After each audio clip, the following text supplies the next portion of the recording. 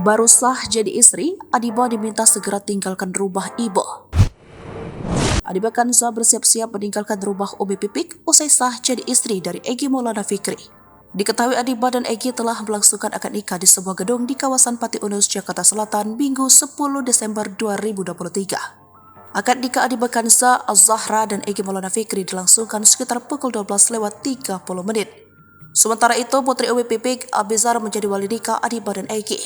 Adiba sendiri tiba di lokasi acara sekitar pukul 11 waktu Indonesia bagian Barat. Dalam prosesi akad nikah tersebut, Adiba tak disertakan bersama Egy Maulana Fikri. Mereka berada di ruang terpisah ketika dilangsungkan acara akad nikah. Adiba Kanza datang bersama sang bunda Umi Pipik Dian Irawati dan sang adik Abizar Al-Ghifari. Sementara itu, setelah menikah dengan Egy Maulana Fikri, Umi Pipik mengingatkan Adiba soal tempat tinggal.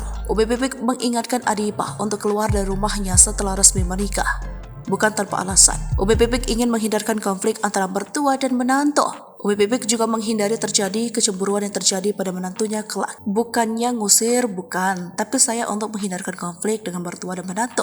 Apalagi Abizar hanya orang tua saya.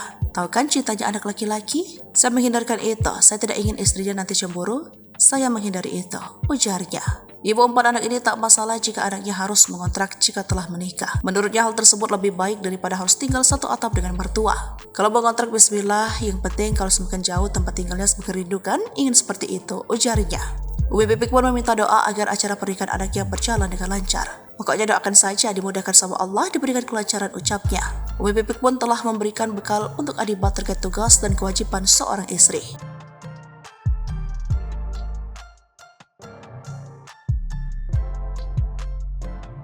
Download Tribun X sekarang, menghadirkan lokal menjadi Indonesia.